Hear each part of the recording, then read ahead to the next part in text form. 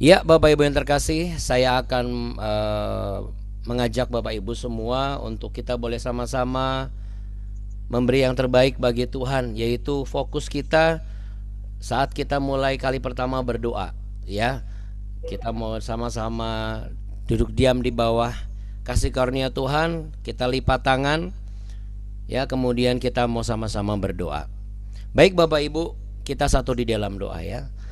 Bapa Surgawi, terima kasih ya Tuhan Yesus, kami bersuka cita pada pagi hari ini di hadapan tata kasih karunia Tuhan Allah yang Maha Kudus, yang telah memberikan kami rahmat, cinta kasih dan anugerah-Mu, keselamatan dan semua hal yang terbaik yang sudah Tuhan izinkan kami terima dan kami rasakan, kami nikmati betapa indahnya kasih setia Tuhan dalam kehidupan kami.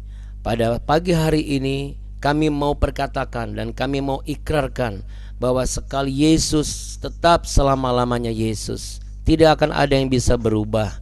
Apa yang sudah menjadi janji kami, apa yang sudah menjadi komitmen kami, biarlah kami boleh tetap kerjakan dan lakukan, dan kami boleh adakan. Sama seperti pertemuan pagi hari ini semua adalah kesempatan yang berharga buat kami, untuk kami boleh belajar hikmat marifat dari firman Tuhan. Untuk itu tuntunlah kami senantiasa, Allah Roh Kudus, urapi kami semua. Pengurapan dari Maha Kudus turun atas kami semua, agar apa yang kami kerjakan, kami urapi, kami doakan, semuanya Tuhan yang memberkati. Bapa kami yang ada di dalam surga, dikuduskanlah nama-Mu, datanglah kerajaan-Mu, jadilah kehendak-Mu di bumi seperti di surga. Berikanlah kami pada hari ini makanan kami yang secukupnya, dan ampunilah kami akan kesalahan kami, seperti kami juga mengampuni orang yang bersalah kepada kami. Dan janganlah membawa kami ke dalam pencobaan, tapi lepaskanlah kami daripada yang jahat. Karena Engkaulah yang punya kerajaan dan kuasa dan kemuliaan kekal sampai selama-lamanya. Terimalah pujian penyembahan kami bagi hormat kemuliaan Tuhan yang telah memberkati kami dengan cara-Mu yang indah dan luar biasa. Pertolongan-Mu kami hargai ya Bapa. Dalam nama Tuhan Yesus Kristus, kami tolak segala macam cara dan intimidasi dari sisi manapun yang kami tahu itu bukan daripada Tuhan, tapi roh yang berasal dari luar Tuhan. Kami tolak dalam nama Yesus, dan kami terima urapan yang baru, kesehatan, kekuatan, penghiburan, damai sejahtera, sukacita, dan mujizat yang dahsyat. Haleluya. Sama-sama katakan amin Bapak Ibu sekalian. Amin ya. Shalom Bapak Ibu. Nah, pujian yang akan kita naikkan pada pagi hari ini adalah pujian yang akan mengingatkan kepada saudara dan saya. Oke, ya. Baik. Pujian yang akan kita naikkan pada pagi hari ini adalah pujian yang akan mengingatkan saudara dan saya bahwa dalam segala keadaan, apa yang sudah menjadi pegangan kita, biarlah itu yang selalu ada di dalam kehidupan ini, ya. Untuk itu Bapak Ibu sekalian, saya sudah share. Ini pujian yang akan kita naikkan. Mungkin kayak saya pernah lihat nih kata-katanya, tapi lagunya seperti apa? Nah, Bapak Ibu tinggal ikuti saja di tempat Anda masing-masing.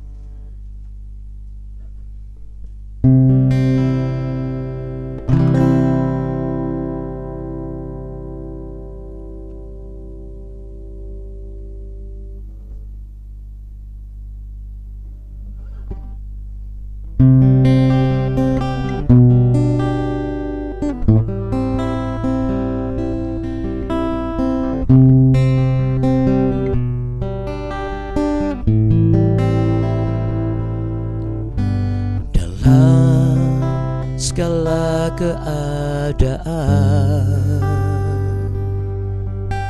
waktu berlimpah maupun kurang, tetapi Yesus yang mempesona hatiku. Dia beri damai dan kesempatan baru. Di setiap musim kehidupan. Waktu ku kuat maupun lemah, tetapi Yesus yang mempesona hatiku. Dia beri hidup dan kesempatan baru. Sekali Yesus, selamanya Yesus. Harapanku tak akan hilang, karena kasih-Nya sekarang ku ada. Oh Yesusku, ku cinta Kau selamanya. Sekali Yesus, selamanya Yesus. Harapanku takkan hilang, karena kasih-Nya sekarang ku ada. Oh Yesusku, ku cinta Kau selamanya.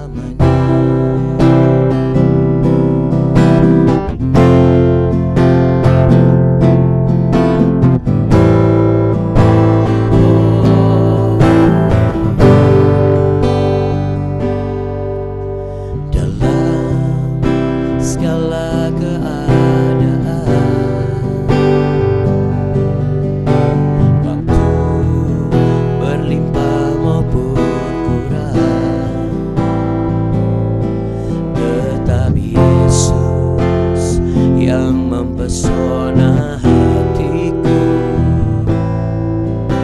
Dia beri damai dan kesempatan baru.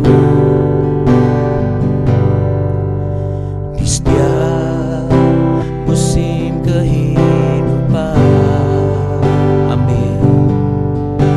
Waktu ku kuat maupun lemah, Yesus yang mempesona hatiku. Dia beri hidup dan kesempatan baru.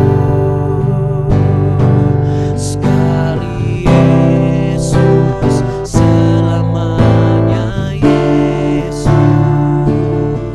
Harapanku takkan hilang, karena kasih-Nya sekarang ku ada. Oh Yesusku, ku cinta Kau selamanya.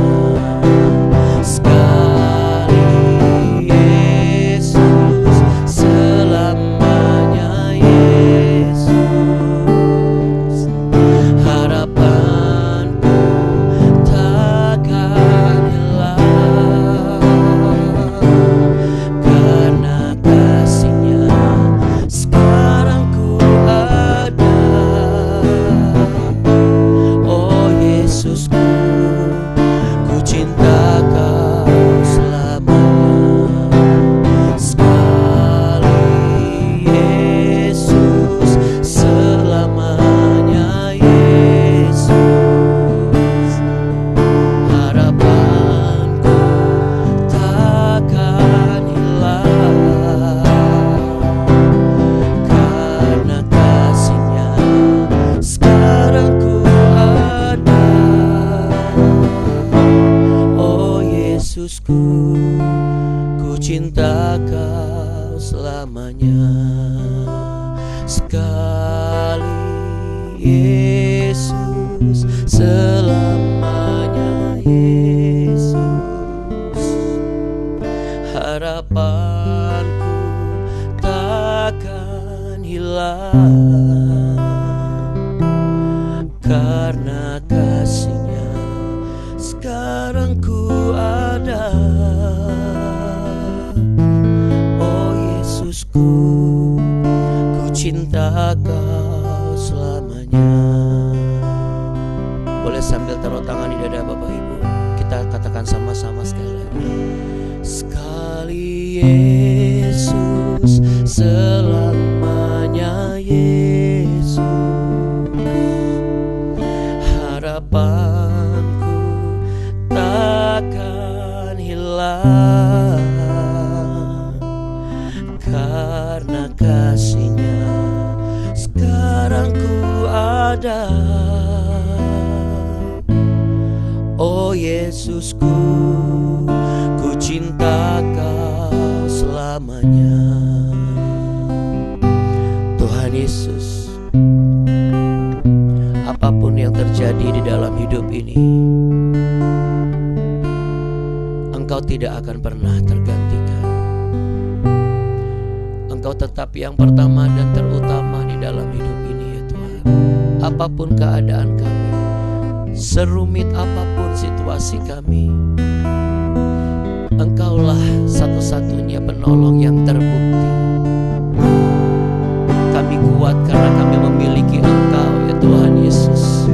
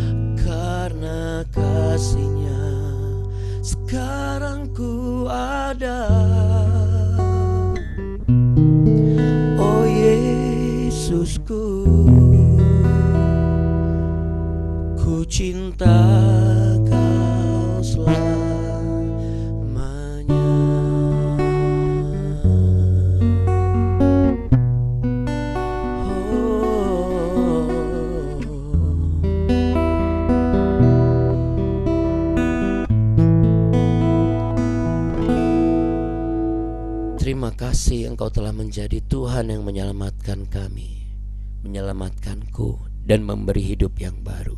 Dalam nama Tuhan Yesus, di dalam nama-Mu kami bersepakat dan berdoa. Haleluya. Mari sama-sama katakan amin Bapak Ibu sekalian. Amin. Puji Tuhan ya Bapak Ibu yang terkasih. Haleluya. Puji nama Tuhan.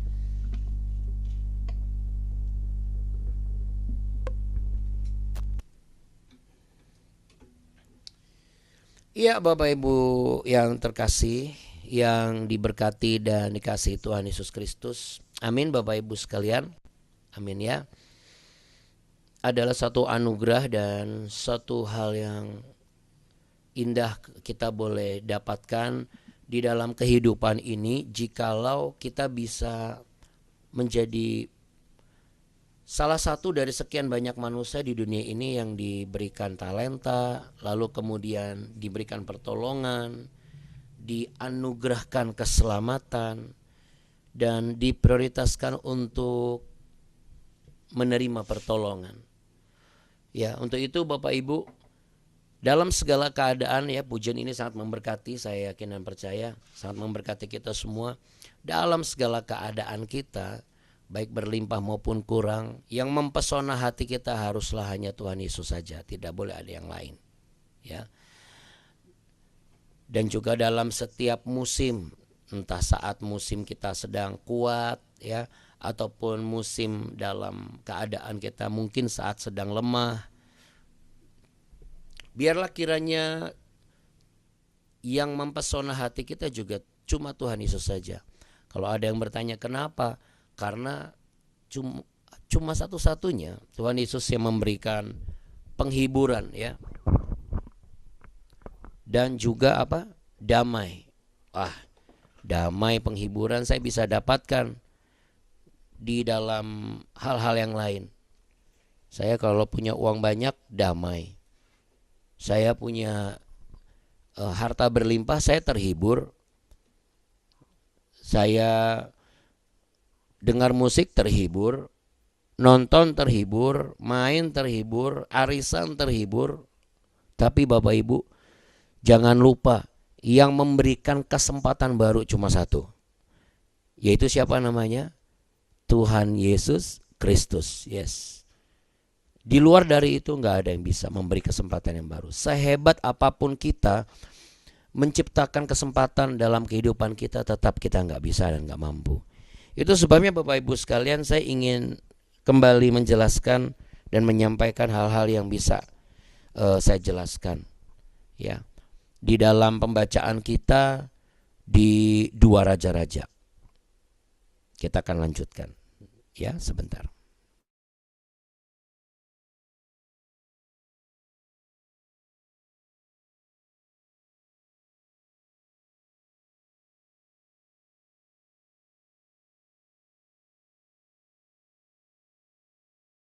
Iya.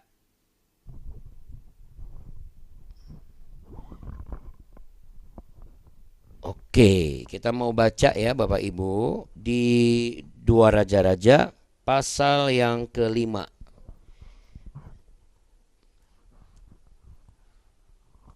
Mungkin Bapak Ibu ada yang bertanya-tanya, ini kok semalam saya tunggu-tunggu tayangannya Abuna. Iya, memang saya mohon maaf ya kalau agak sedikit terlambat, bahkan mungkin sangat terlambat. Tapi bukan karena terlambat, semata-mata terlambat Bapak Ibu. Tayangan pertemuan kita kemarin itu akan saya tayangkan nanti siang. Ya, tetapi untuk yang pagi ini baru saya tayangkan nanti ya, seperti biasa jam 6 sore waktu Indonesia bagian Barat. Kenapa? Saya ingin menjelaskan beberapa hal dan nilai kehidupan yang perlu saya jelaskan kembali. Ya, seperti biasa, terkadang kalau Roh Kudus bekerja di luar dari ekspektasi dan rencana kita. Hal yang pertama adalah di ayat yang pertama Bapak Ibu. Naaman, panglima Raja Aram, adalah seorang terpandang di hadapan tuannya dan sangat disayangi. Sebab oleh dia Tuhan telah memberikan kemenangan kepada orang Aram. Ya, ini saya mau jelaskan satu persatu. Sebut saja Naaman adalah saudara dan saya. Lalu kemudian katakanlah Bapak Ibu ya. Lalu kemudian Anda adalah seorang dengan jabatan yang penting, yaitu panglima. Mungkin wakil gembala atau sebut saja wakil direktur atau orang kepercayaan di dalam keluarga besar ya, atau putra dari orang tua Anda yang sangat disegani, kira-kira seperti itu, sehingga Anda pun sebagai orang yang terpandang. Dan luar biasanya adalah bukan hanya terpandang di luar daripada tuannya, di luar daripada rajanya, di luar daripada orang-orang yang ada di sekelilingnya, tetapi juga di luar daripada, tetapi juga orang-orang di dalamnya maksud saya ya. Biasanya kan terpandang itu kan dia terpandang karena dari sisi luarnya, luar dari circle-nya gitu kalau istilah zaman sekarang ya. Di luar dari komunitasnya, di luar dari tempat ringnya yang biasa dia berada, kira-kira seperti itu. Apa sih maksudnya Abuna? Makanya seseorang bisa merasa dihormati ya, terpandang itu pasti dihargai, bagaimana disambut dengan baik ya. Itu pasti lingkungan yang berbeda, bukan lingkungan yang biasa bersama-sama dengan dia. Lingkungan yang jarang bersama dengan dia biasanya akan memperlakukan dengan sangat-sangat baik. Karena menurut mereka Anda adalah orang terpandang, orang yang layak disegani, di mana orang-orang mengenal Anda jauh lebih daripada orang-orang di dalam circle atau lingkaran Anda. Biasanya seperti itu. Ya. Kenapa? Karena ada prosedur bagaimana kita harus melayani dan menyambut orang-orang yang kita undang. Tentu ada norma-normanya, nggak mungkin dicuekin, ya nggak mungkin dianggap kayak orang yang biasa kita temui. Itu sebabnya Bapak Ibu di sini dikatakan terpandang ini kenapa saya bahas? Karena dia di hadapan tuannya dan sangat disayangi. Berarti Naaman ini lengkap. Tidak hanya tuannya yang memandang dan menghargai dia, tidak hanya orang-orang dalamnya yang menghargai dia, tetapi juga orang luar. Sekali lagi, pengertian terpandang itu secara umum orang yang di luar dari lingkungan biasa kita, yang biasa kita temui. Jadi dia lengkap nih, bagian luar, orang-orang bagian dalam, itu terpandang dan disayang. Karena kadang-kadang ada orang yang disayang di luar, dibenci di dalam. Diperlakukan baik di luar, diperlakukan buruk di dalam. Dianggap benar di luar, dianggap salah di dalam. Ya, nggak usah heran Bapak Ibu, karena memang itulah realita kehidupan manusia. Itu sebabnya kalau kita proyeksikan di kehidupan orang percaya sekarang, orang Kristen sekarang, dikatakan bahwa ketika Yesus Kristus, Allah yang inkarnasi menjadi manusia, dunia menolak dia. Kita nggak usah heran. Bahkan ketika kita sebagai orang Kristen yang diurapi Tuhan dan dipenuhi dengan Roh Kudus, tidak serta-merta akan langsung diterima dan dipandang sebagai pribadi yang semestinya dipandang. Karena dunia tidak mengenal Roh Allah yang kudus itu. Tetapi kita yang diurapi oleh Roh Allah, sejatinya kita harus mengenal Dia, mengenal Allah. Ya. Untuk itulah ada firman Tuhan yang mengatakan bahwa jikalau Roh Kudus itu ada di dalam kamu, maka kamu akan mengenal Bapakku. Sebab aku ada di dalam dia dan dia di dalam aku. Dan jikalau engkau ada di dalam aku dan aku di dalam kamu, maka kamu akan mengenal aku, mengenal dia, Bapakku. Tapi dunia tidak akan mengenal. Jadi hal yang biasa kalau ada yang memperlakukan, ada yang tidak memandang kita, kita tidak usah lagi pusing. Nah, kemudian sebab oleh dia Tuhan telah memberikan kemenangan kepada orang Aram. Jadi oleh si Naaman ini setiap peperangan itu menang. Jadi orang ini tuh terus jadi berkat Bapak Ibu. Nah kalau sudah hidup kayak gini kan sempurna sepertinya ya. Dipandang orang di luar, dipandang orang di dalam, dipandang benar di luar, dipandang benar di dalam, dipandang baik di luar, dipandang baik di dalam, disayangi oleh orang-orang di luar, disayangi oleh orang-orang di dalam, dihargai orang-orang di luar, dihargai juga orang-orang di dalam. Belum lagi dipakai lagi oleh Tuhan. Berarti orang diurapi ini sebenarnya. Karena urapan Tuhanlah dia bisa membuat kemenangan, memberi kemenangan. Apa yang dia kerjakan, perang dengan dia pasti berhasil, pasti sukses. Yang orang dunia bilang, orang ini membawa keberuntungan. Tetapi Bapak Ibu, Allah Maha Kuasa. Allah Maha Adil. Amin. Kenapa saya katakan demikian? Kita lihat, tetapi, nah ini, orang itu yang saya sebut hebat tadi nih. Orang itu seorang pahlawan tentara. Loh ya jelas kok tetapi. Tapi ada penjelasan lagi koma apa? Sakit kusta. Jadi kita bisa bayangkan orangnya terpandang tapi kok sakit. Mungkin bukan sakit kusta secara harfiah. Bagaimana kalau diproyeksikan dalam kehidupan kita sehari-hari? Sebut saja penyakit yang tetap ada di dalam tubuhnya.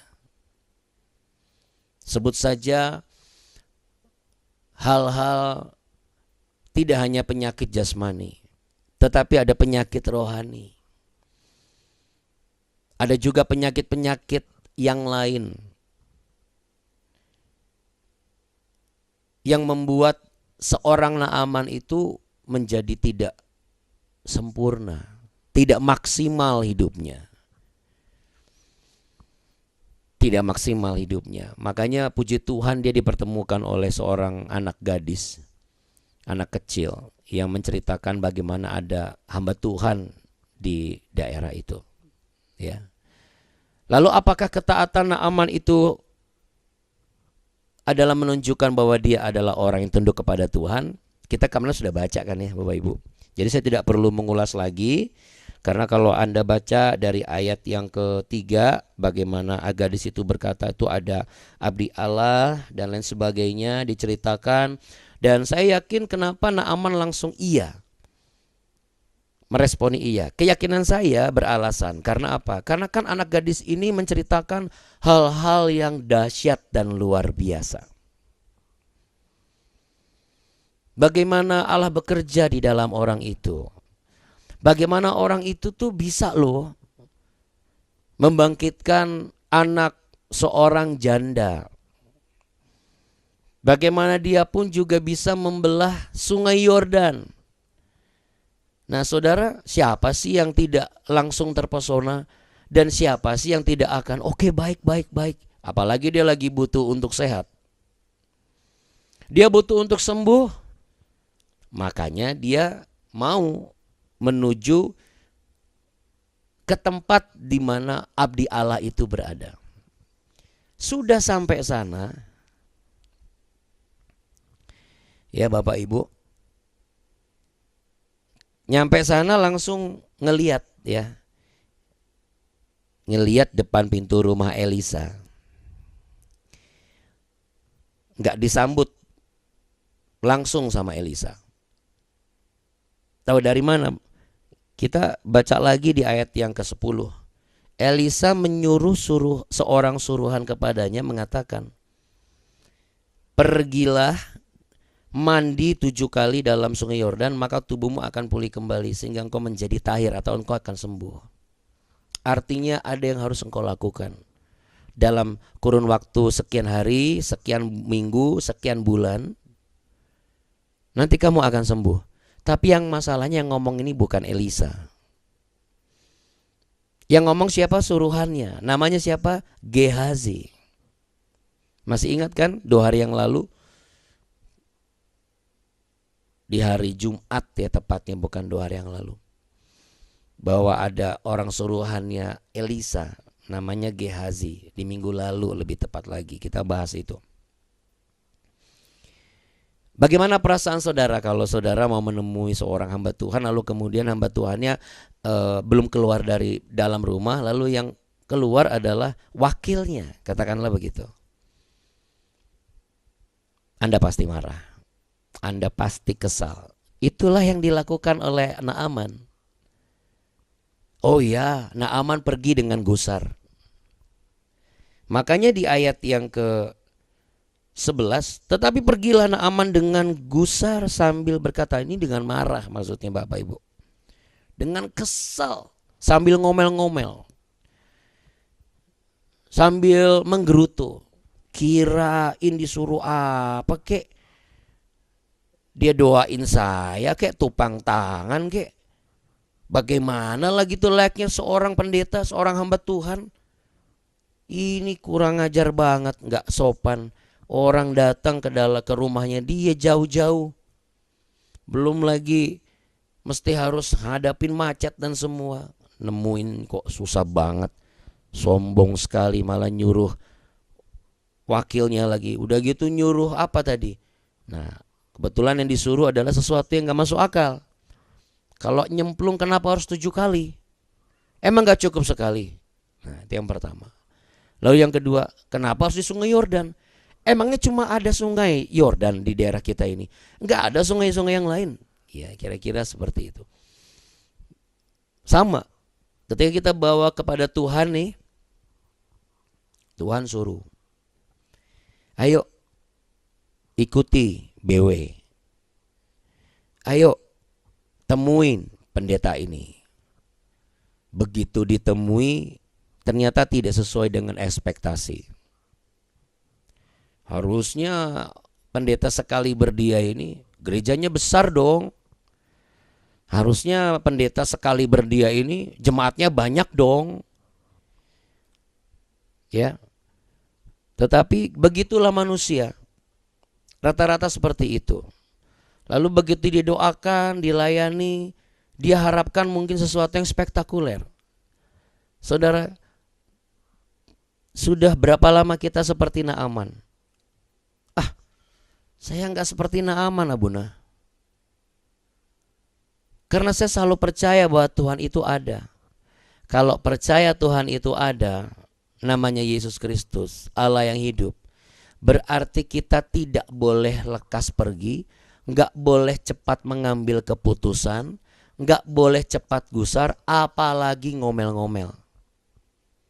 Kalau Anda tanya kenapa, jawabannya setelah kita baca kemarin kan, akhirnya pergi juga dia di ayat yang ke 11 itu. Lalu 12 itu. Lalu 13 itu. Bagaimana pegawainya merasa, aduh sayang loh, kalau nggak setia ikutin aja. Bukankah kalau misalnya disuruh juga Anda melakukan kan? Kalau Anda disuruh melakukan apa yang Anda inginkan seperti itu. Sekarang cuma beda caranya. Udah ikutin aja. Nah, untung diikuti. Walaupun saya yakin pertama kali diikuti, awalnya pembenaman sekali, dia nggak merasa damai sejahtera barangkali. Dia masih ngambek-ngambek barangkali. Tiba-tiba Roh Kudus memberikan sebuah notes kepada saya. Apakah kita ini masih lebih cepat tanggap, lebih responsif kepada manusia, atau masih responsif dengan panggilan Tuhan, dengan instruksi dari Tuhan? Karena rata-rata manusia akan lebih responsif dengan apa kata bosnya, lebih responsif dengan apa kata manusia atau dunia, daripada responsif dengan apa kata pimpinan rohaninya atau gembalanya, terlebih lagi daripada Tuhan Yesusnya. Ini jadi catatan yang sangat penting buat saudara dan saya.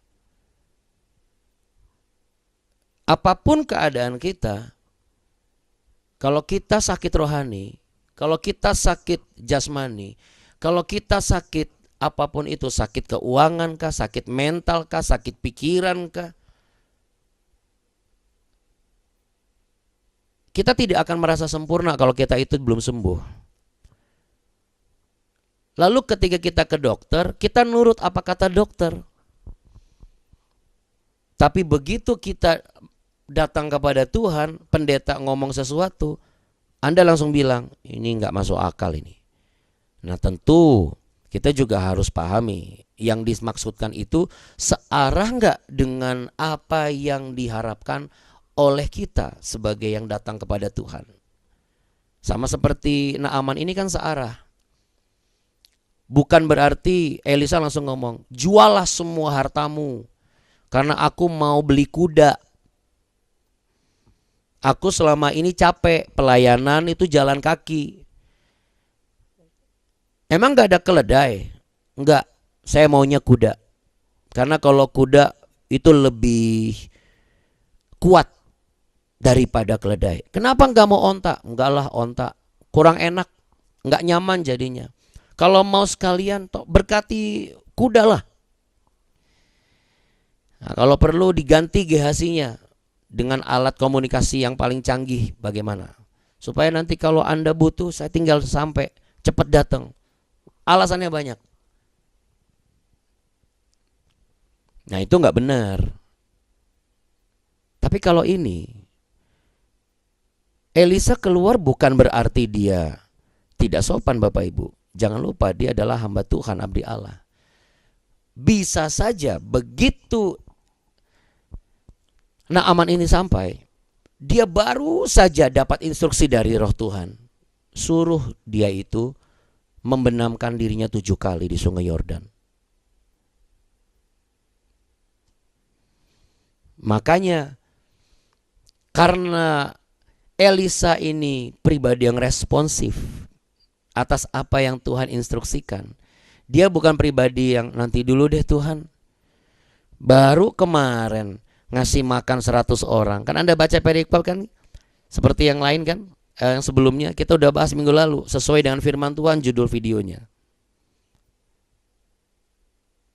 Kita bisa lihat Elisa ini juga sebagai nabi, sebagai pendeta ibaratnya gitu. Dia sesuai dengan firman Tuhan.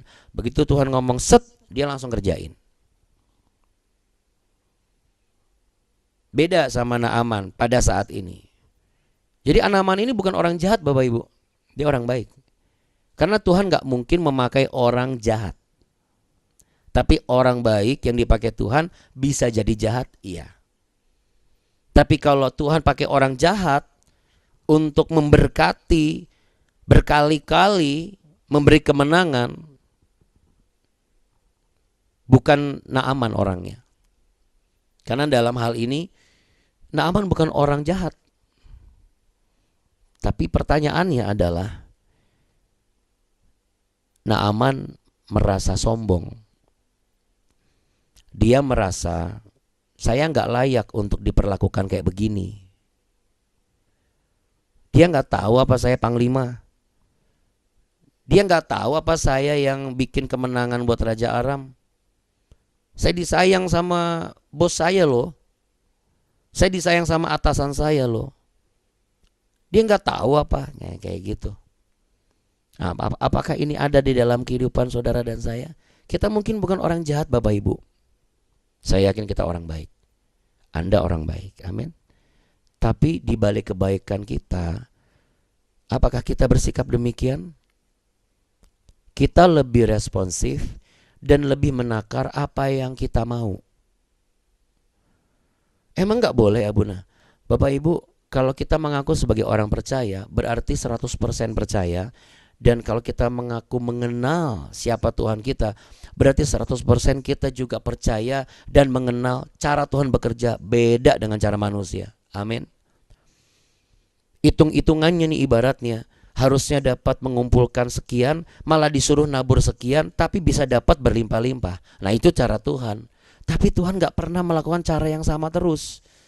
Pasti banyak hal yang berbeda. Walaupun case masalah manusia di hadapan Tuhan itu sama aja ujung-ujungnya.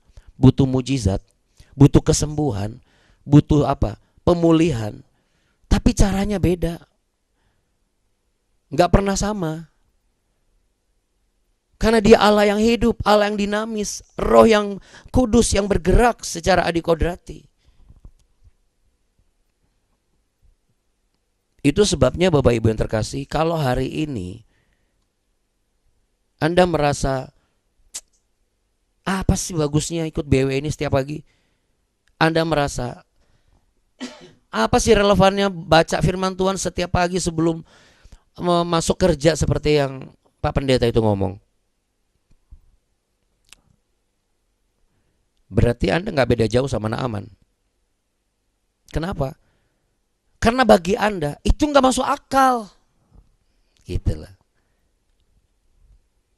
Ngapain sih kita percaya sama dia? Gerejanya kecil kok. Jemaatnya aja belum banyak. Itu kalau bukan, nah ini, itu kalau bukan ditolong sama keluarga itu, aduh, punya gedung apa dia? Pendeta kok kayak begitu? Karena apa? Karena kebanyakan orang melihat dari standar dan skala. Sama Bapak Ibu. Kalau Anda mungkin dipandang seperti itu di tempat Anda bekerja, Anda dalam posisi sebagai siapa? Sebagai Naaman atau sebagai Elisanya? Kalau Anda sebagai Elisa, Anda nggak usah khawatir. Karena kuncinya itu ada di dalam ketaatan. Oleh karena kita merespon apa yang diinstruksikan Tuhan. Tetapi kalau kita di posisi Naaman, kita harus segera bertobat. Nah untungnya Naaman ini tipikal orang yang dengar-dengaran. Dia dengar nasihat dari pegawai-pegawainya, dia mencelupkan diri. Ayat barunya apa? Abuna kok nggak baca? Ya, kita baru baca ini. Wah baru baca Abuna, ini berarti kita kelarnya kapan? Tenang Bapak Ibu, kita kelar besok pagi. Oke Bapak Ibu sekalian, enggak lah ya. Kita mau baca ayat 15, satu ayat saja Bapak Ibu. Ya. Setelah itu kan kemarin kita terakhir di ayat 14. Nah sekarang kita baca ayat 15 yuk.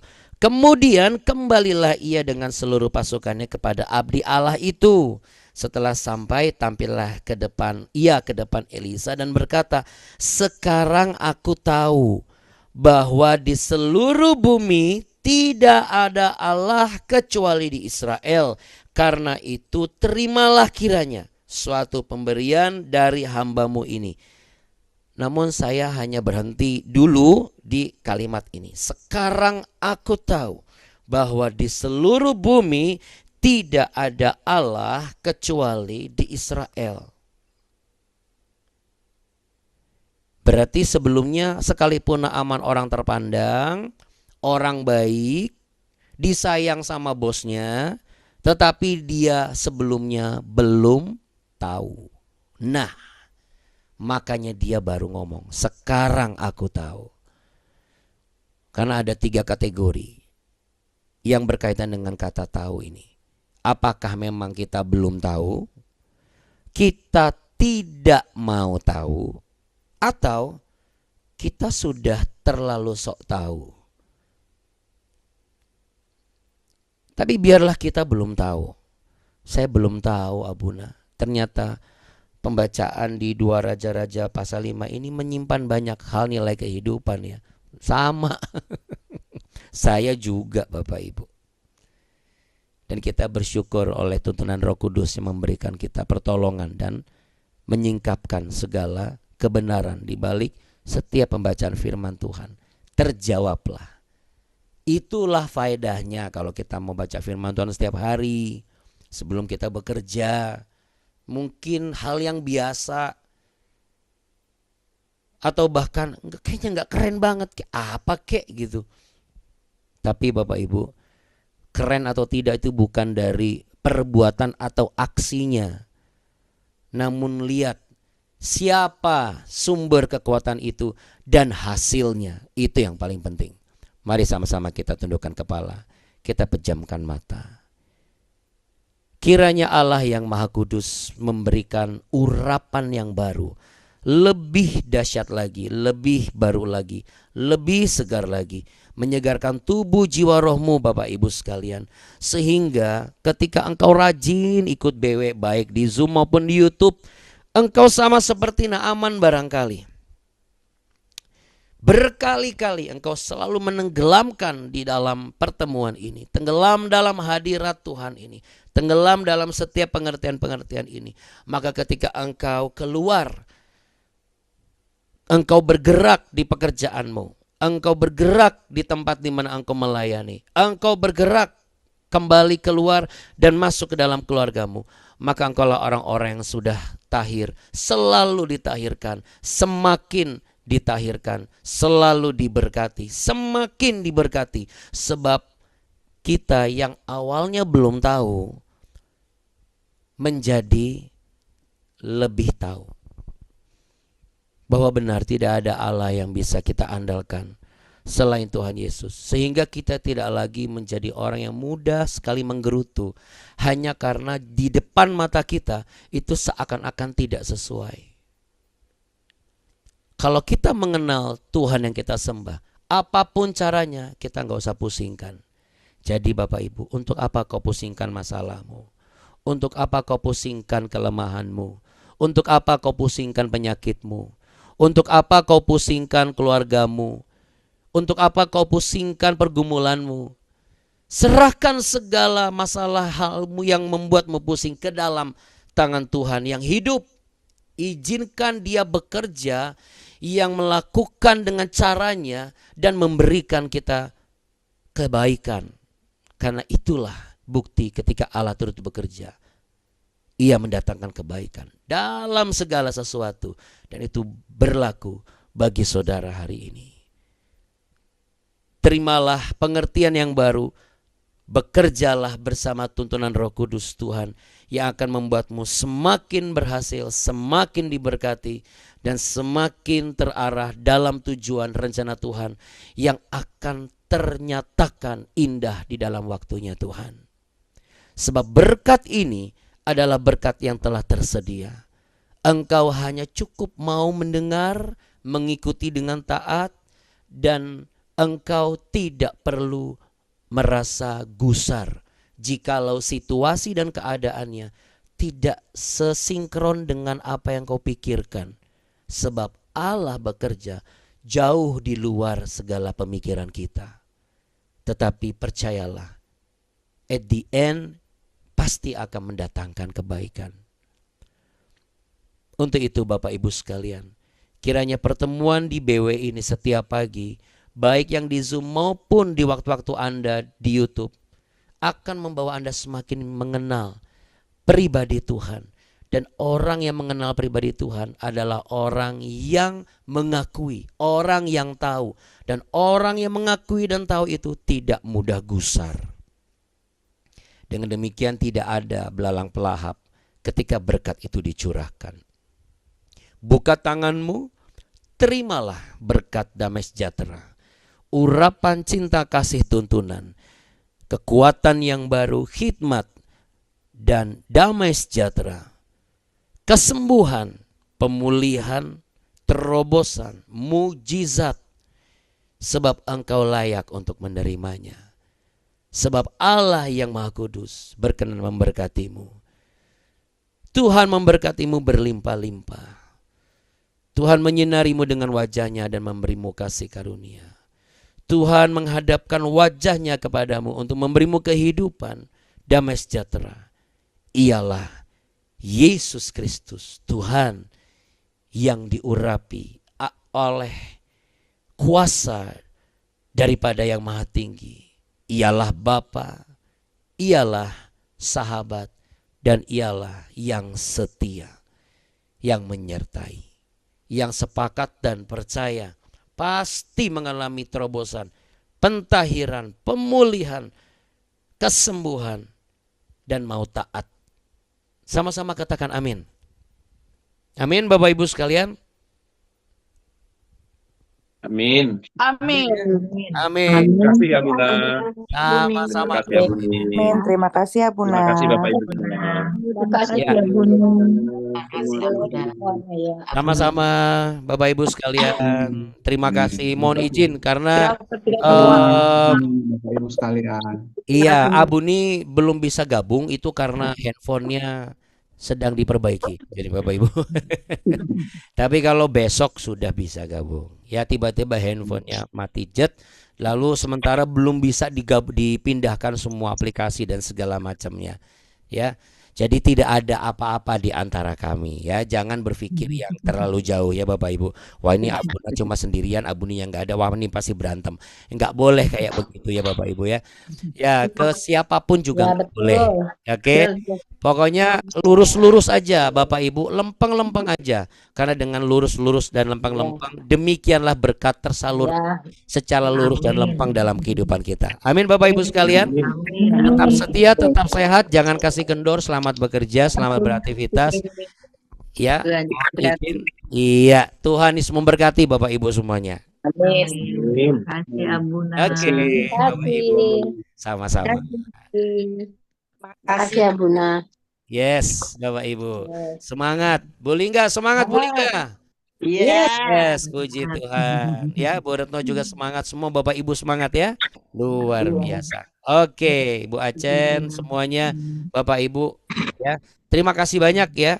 Pokoknya besok kita ketemu lagi. Terapkan firman Tuhan, maka hidupmu berkemenangan. Amin Bapak Ibu. Amin. Amin. Amin dalam nama Tuhan Yesus. Yes. Makasih Abuna. Sampai jumpa besok. Dadah Bapak Ibu semua. Bye-bye. Terus memberkati Bapak Ibu semuanya. Bye. Terima kasih. Berkati juga. Amin.